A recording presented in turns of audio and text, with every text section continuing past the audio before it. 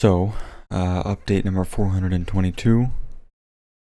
Yep, there's definitely been 421 updates before this.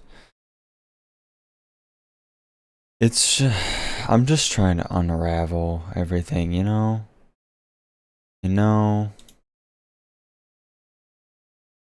And maybe I'm going a little too crazy with the parts. Maybe.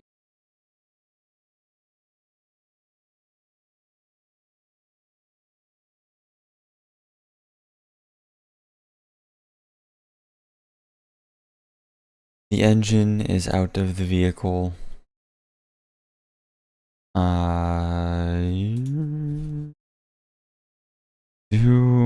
What is the easiest way to get this video to my computer?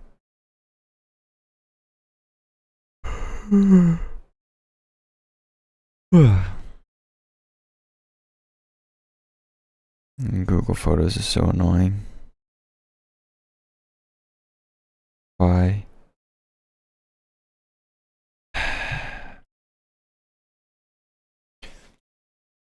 It's just like the longer I look at this page of the original cell, I don't know, the more and more I am confused. I'm not confused, just like, I don't know. No, kind of confused, because it's just like, what does all this stuff mean? You know, like for the longest time, this confused the hell out of me. What does Mishimoto air intake system mean? What the hell does that mean? And I finally figured it out. It's just a turbo inlet. Like, dog, all you had to say was Mishimoto turbo inlet. You know? I And like, yeah.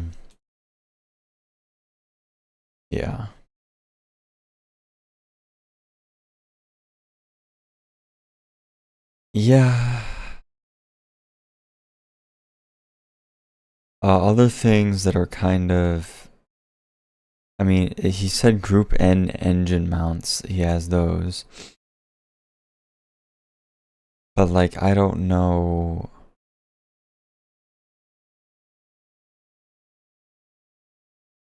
Like, it also says polyurethane suspension bushings. So usually you would not consider a motor mount a suspension bushing, but in this case, I don't know. Yay.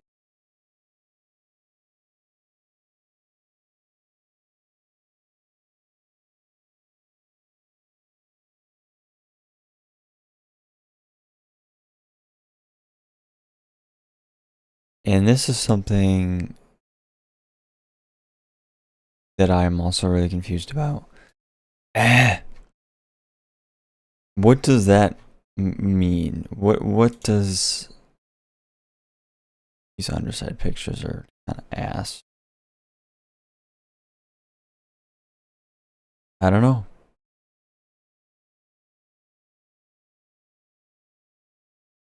I did just buy a very expensive kit.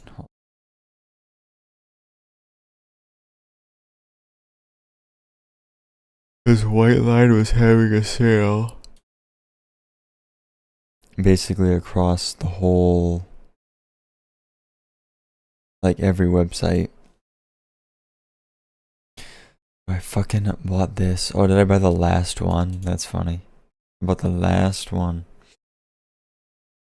But yeah, they're having a 25% off sale. So I'm like, fuck, dude. You know, I don't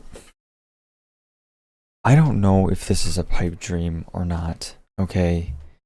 But I do kind of want to take this car to the track, you know? I kind of really do. Now, I don't know what the future holds. I don't actually know if that is something that I'm gonna do or if I'm gonna get like lazy and go, oh well, you know, chicken out or something or whatever.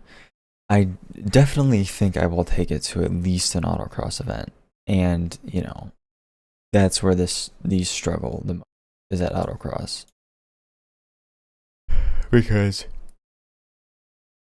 it's just a very understeer prone platform.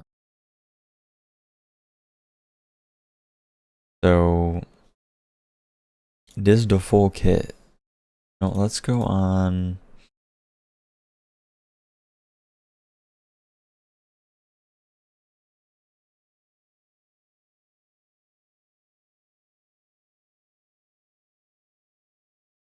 I'll look that up in a second.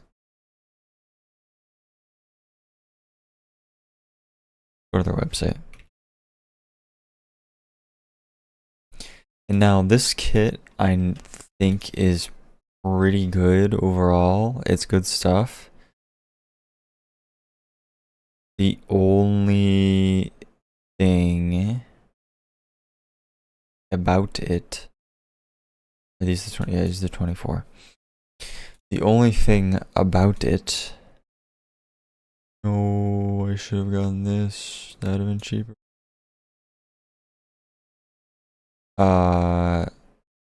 Is people say these end links are not that good. I don't know. I've heard mixed reviews about these, but like, you know, they're gonna be better than stock. So you have the two 24mm sway bars. You have front and rear, readjustable in the rear, two adjustable in the front. You have these are, I guess, mounts. So you, I think, I think you put this into the frame of the vehicle, and then you put these on here, and it's just a stiffer setup, stiffer, more rigid. Ooh, that was a weird noise. Stiffer, more rigid mounting solution for the sway bars. Apparently, you know, people were ripping, or you know, you can rip your stock bushings. So like these, can rip these off. Apparently, uh, under intense load. I don't know. And I think that's just for the rear. These are the front. We have some sway bar locks. I don't know. What is rattling? I don't know.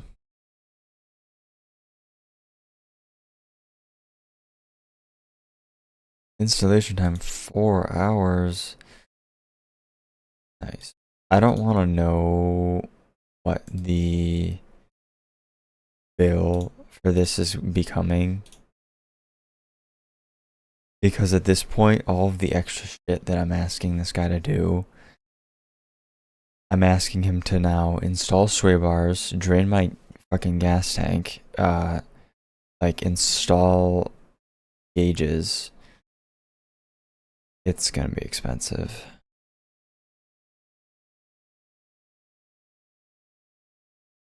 Like they had this difference.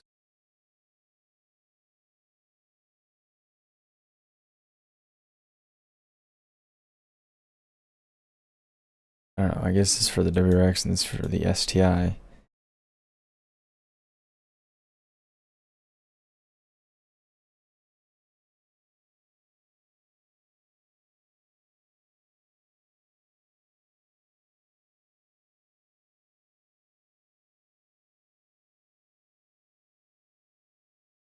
People say it's good. So when it comes to the advertised size of the sway bar, take a 3-point adjustable sway bar for example, the center point of adjustment is the advertised size. So if you adjust the bar to the softer setting, that's the equivalent of a 1 mil decrease in the size of the sway bar, or if you go up a setting and go to the stiffer point, that's an increase of 1 millimeter in bar setting. So why do you need adjustment? Well, depending on the track, the driver, the environment, it allows you to fine tune the car's handling bias. And when I talk handling bias, I talk understeer or oversteer. Thanks. I do kind of want to look up a video.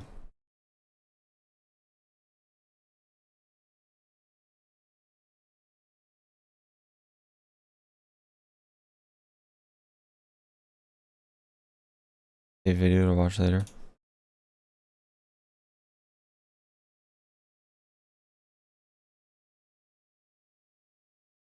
A video to watch later.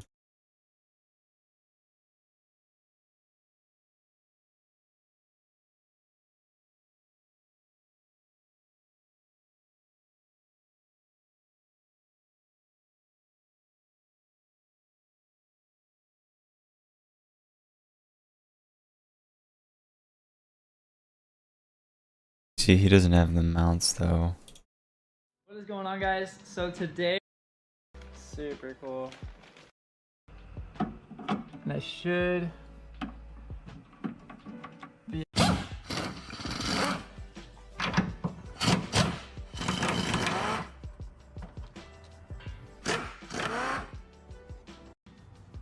These do go on a specific way, so don't forget that.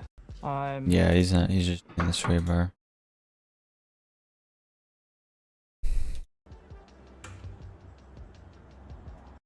Just a little bit. Had to drop that cover as well. It goes right here. It fit pretty good after that. So I just got these arms level. And he didn't do the end links either. 26 millimeter. You know, the funniest thing about Smedia is I don't think this guy's ever been to a track in his life.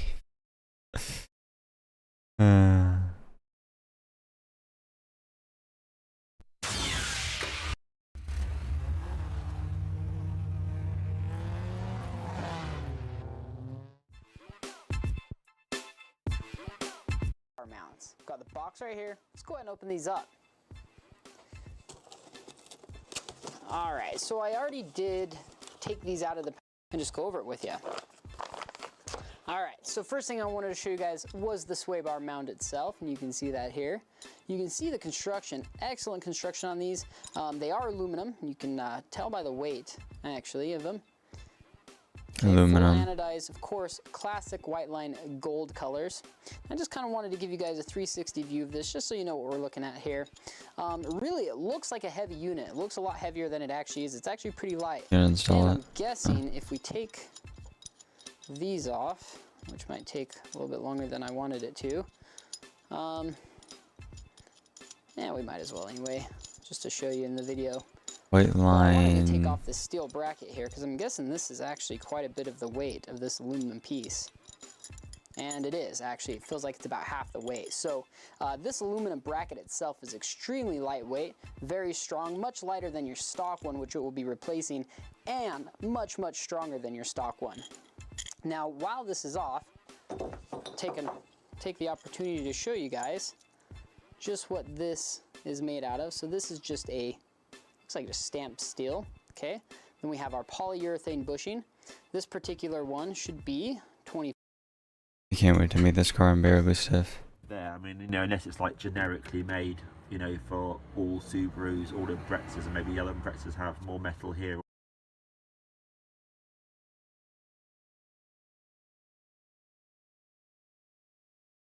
Or something than my car does, but just a bit weird. So you still got most of it is here, but odd one.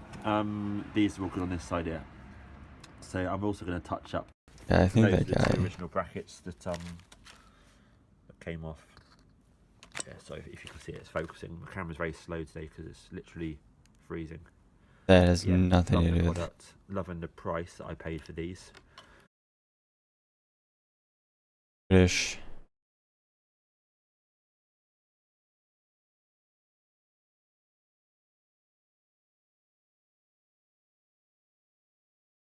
I mean, I don't know. Maybe this is all I'll ever need to do. Who knows?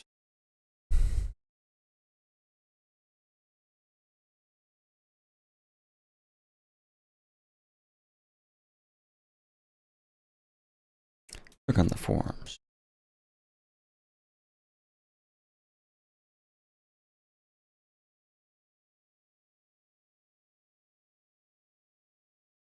Because people say the kit's worth it, but I don't know.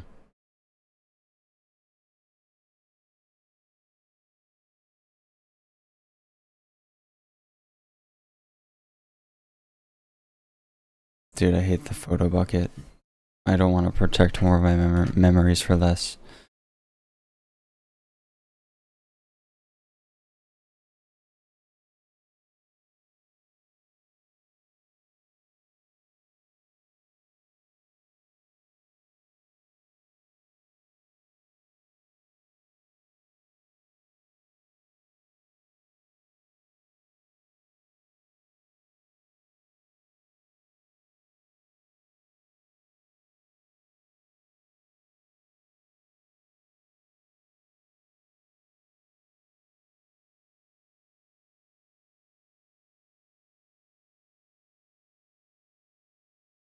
Resurrected.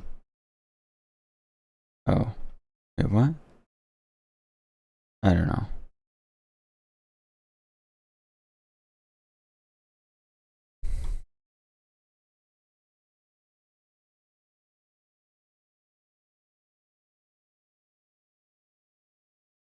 No, I'm not protecting my memories. Oh my god. How old is this post? The same age as the other one.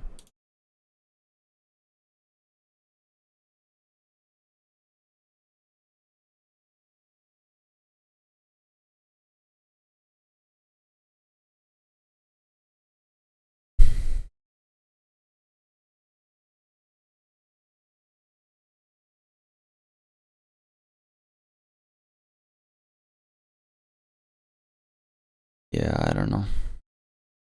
There's a lot of suspension stuff that you can do to these cars, obviously. I mean, you can do control arms, end links, braces of all sorts of different kinds. Like the newer Supers, you can get a brace like that. Some you can get like a front subframe brace underneath, and of course this front strut bar on top.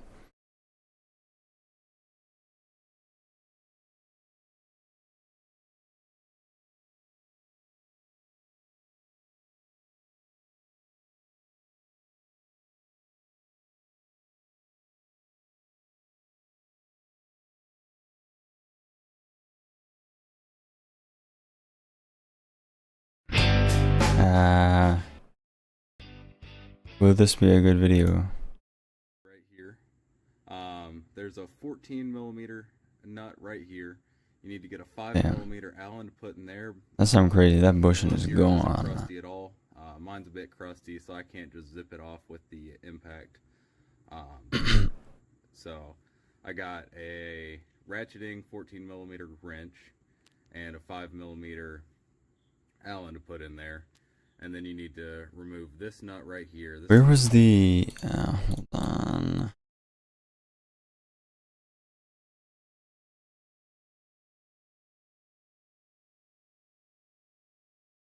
Yes.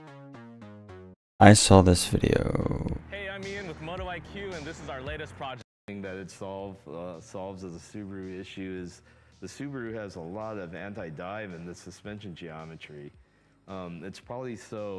Yeah, I didn't buy all this. That anti-geometry, so you don't have the... I didn't buy this. The brake-induced stiffeners, so you can actually space the whole crossmember down to make room for that.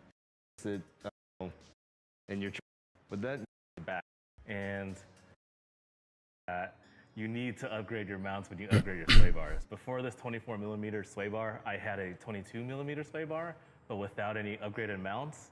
And after a couple months of driving, it just ripped out, and I was dragging my sway bar behind the car. Well, This there kit you also go. comes with some really solid end links. Yeah, they're. So those are the CNC WRX end billet, links. out of So you know what? I bet you that the STI has a bigger end link. aluminum. That's And why. then they have really hard bushings in there. Why is my desk like? The stiffness What's is kind going of on? important because you see how it has to bend around the lateral arms. So, like, if you had like a really wimpy one, that would just totally tweak out. This dirty piece right here are my lateral links. They're actually a white line piece that I've had for over 10 years.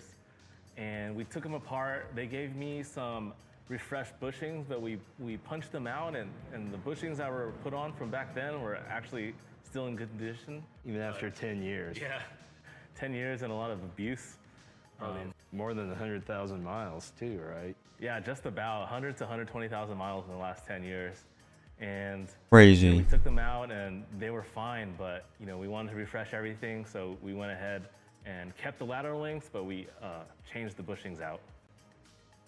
You also changed the trailing arm bushings, dude. too, right? Right. The trailing arm bushings are part of the rear essentials kit, so that includes the trailing arm bushings, the diff bushings, in addition to something that's not. I mean, I guess theoretically some of the stuff wouldn't be too bad. Like if this is one piece, you can just undo this and then push out the bushings, push a new one The in. white line engineers actually put data logging and like a dial indicator on the cross member.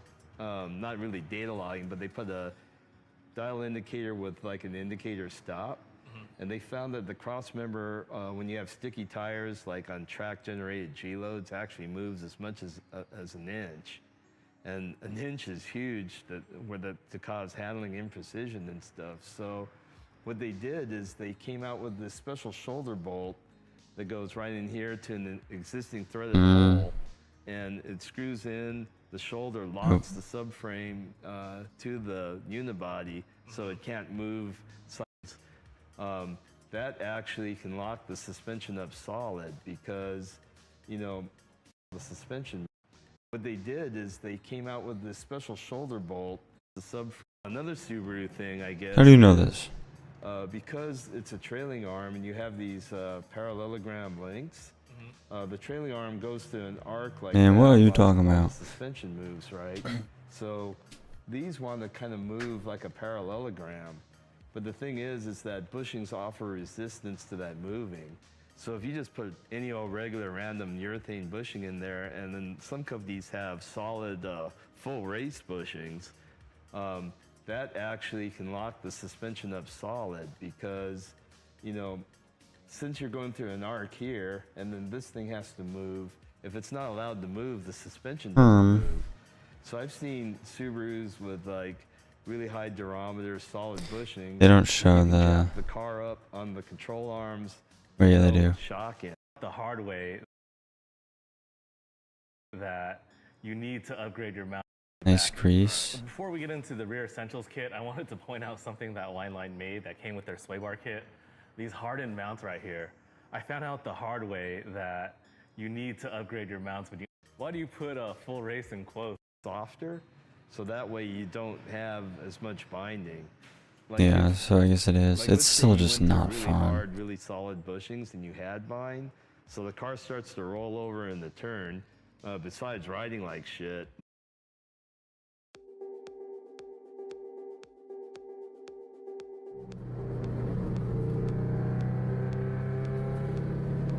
Ain't nothing sexier than a Subaru that can turn, you know what I'm saying? This is a beautiful track, what the hell?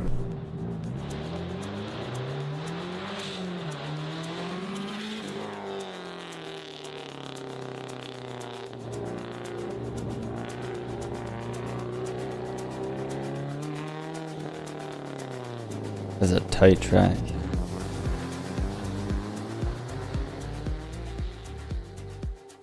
So today, guys, we're over here at Muffler Works in Newburgh.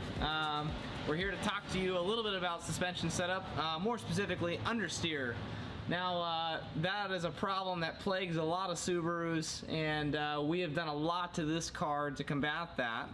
And I know a lot of people are curious about what it takes to fix I love the understeer. so to speak. You don't necessarily fix it all, but you can reduce its effects. Now, what is understeer? Understeer is the kind of inherent tendency of a vehicle to plow through a corner, so to speak. So when you have a high entry speed and you're cornering really hard, you turn the wheel, but the car's still going straight. Now that can be a Yes, thank you. I know what for a lot of understeer is. reasons. I think if someone's And clicking on this one of the video, they major things probably that know what understeer causes is. Understeer is, and mostly with Subarus, is just it's kind of an inherent design flaw with their weight distribution. Now, Subarus have most of their weight in the front. This car has about a 60-40 weight distribution, which is pretty good for a Subaru. Most of them are about 65-35, and that is mostly due to the way that the car is designed. So you have a lot of weight hanging over the front wheels, which is the motor, and because the front differential has to be in line with the front wheels, you have a lot of drivetrain weight that hangs really close to the front in the engine bay, and that's just kind of the way these cars are. So what we've done to kind of combat that, and there's a lot of different things that we do, one of the main things is bushings. So most manufacturers, all manufacturers, fit their cars with rubber bushings, suspension bushings, and that is mostly to take up road vibration and make the ride nice and comfy. No way. But we don't want that. We don't care about that. What we are concerned about is suspension geometry change. And when you're cornering really hard and those rubber bushings are, 20 plus years old, they'll deflect, and actually the suspension will shift around in the corner and make it really hard to maintain a good contact patch to the road. So by replacing all of those rubber bushings with polyurethane bushings, we reduce Each brace.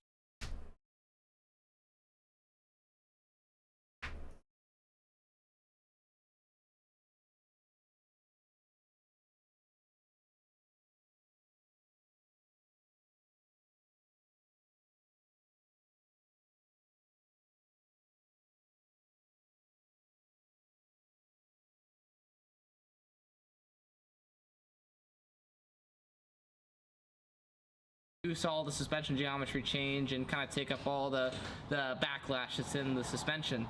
Another thing that we do is running a good set of coilovers on your car that has the correct spring rates. Now, we're running the BCBRs. They don't necessarily have a ton of suspension travel overall, but they do have the correct spring rates for this car's weight. And we're running about, I think it's a 9K front and a 7K rear, which is kind of set up for the 60-40 weight distribution. And the other thing that coilovers give you is dampening adjustment with a 32-way controllable coilover, and you have a little bit more control over your suspension geometry. Now with the dampening, what is kind of counterintuitive. Why are you saying dampening? Damping? That really helps get rid of understeer is running a softer front and a stiffer rear. Now you can do that a couple ways. Is you can run a tighter valving in the rear than you do in the front by controlling the dampening on the coilover, or you can change your sway bar thickness. Now on my car, I'm running a stock STI front sway bar and an aftermarket rear sway bar, and what that does is that actually kind of changes the grip ratio, and by stiffening up the rear, you actually shift some of the grip to the front of the car, because the front of the car has more contact patch on the ground, which of course gets rid of understeer.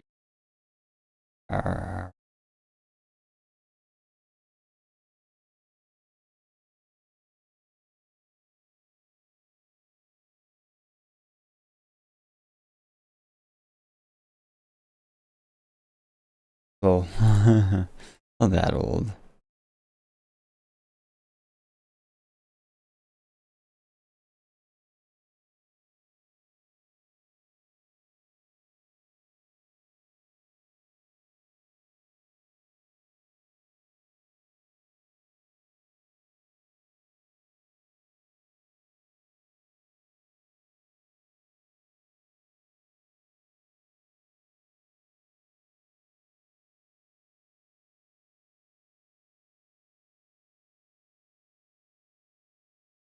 Oh.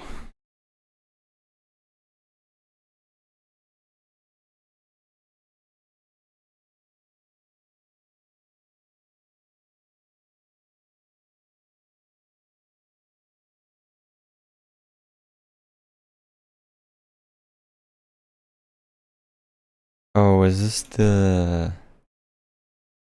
No, this is not. 1,400 euros.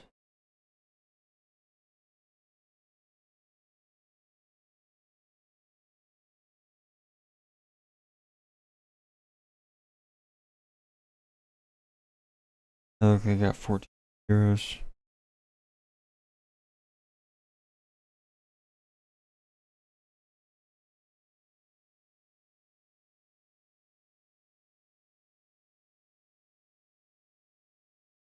See, stuff like that kind of scares me though, because I feel like you're gonna.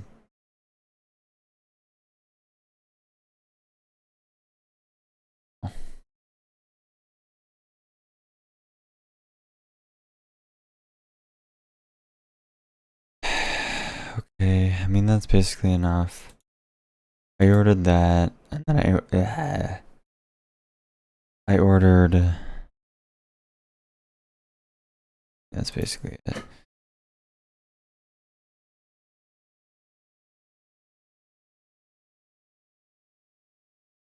Not the manual boost controller.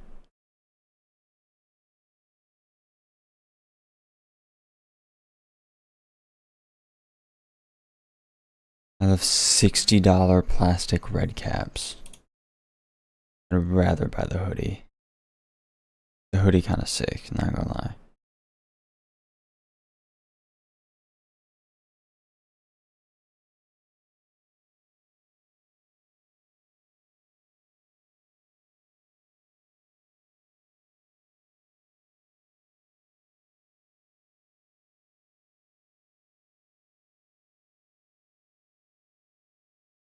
I don't know if these upgraded top mounts are really worth it. I mean, most people say that the top mount is kind of garbage anyways, but I like it because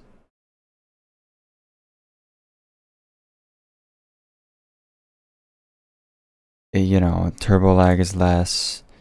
It's very simple. You don't have to, I mean, you kind of have to really modify your car to fit a front mount, you know?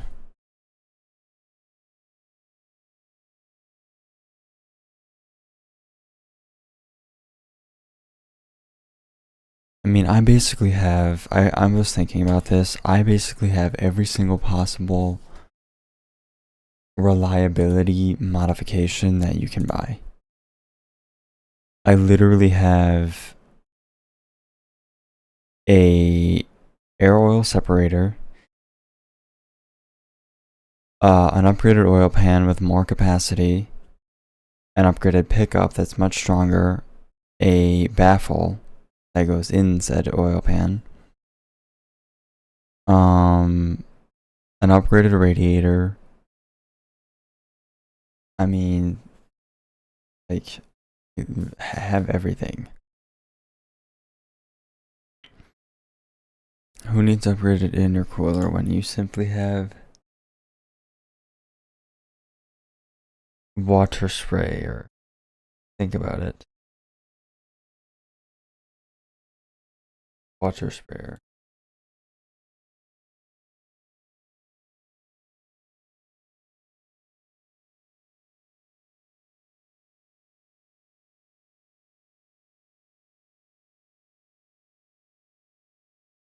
I like how people were freaking out about the S209 having a water sprayer. Like, dog, we have had this before.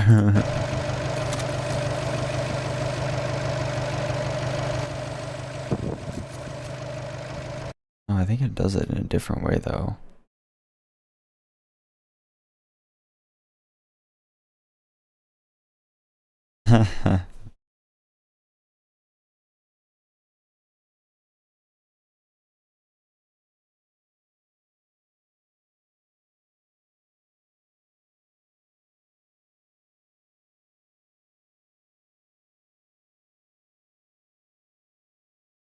Yes. That is totally important.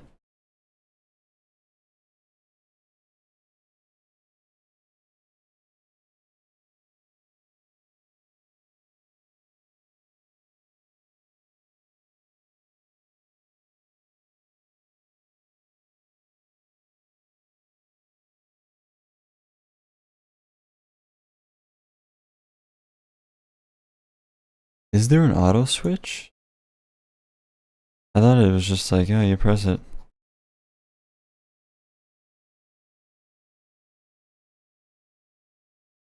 Ah.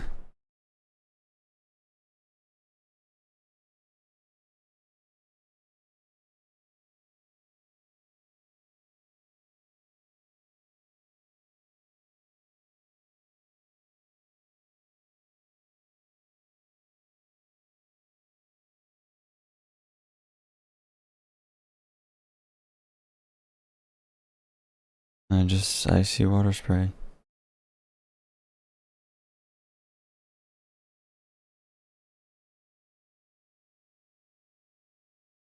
Imagine.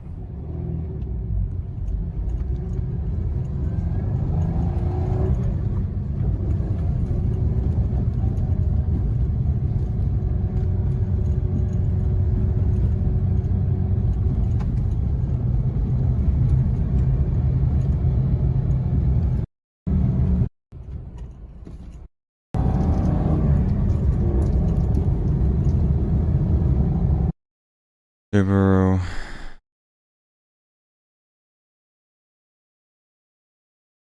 Oh well.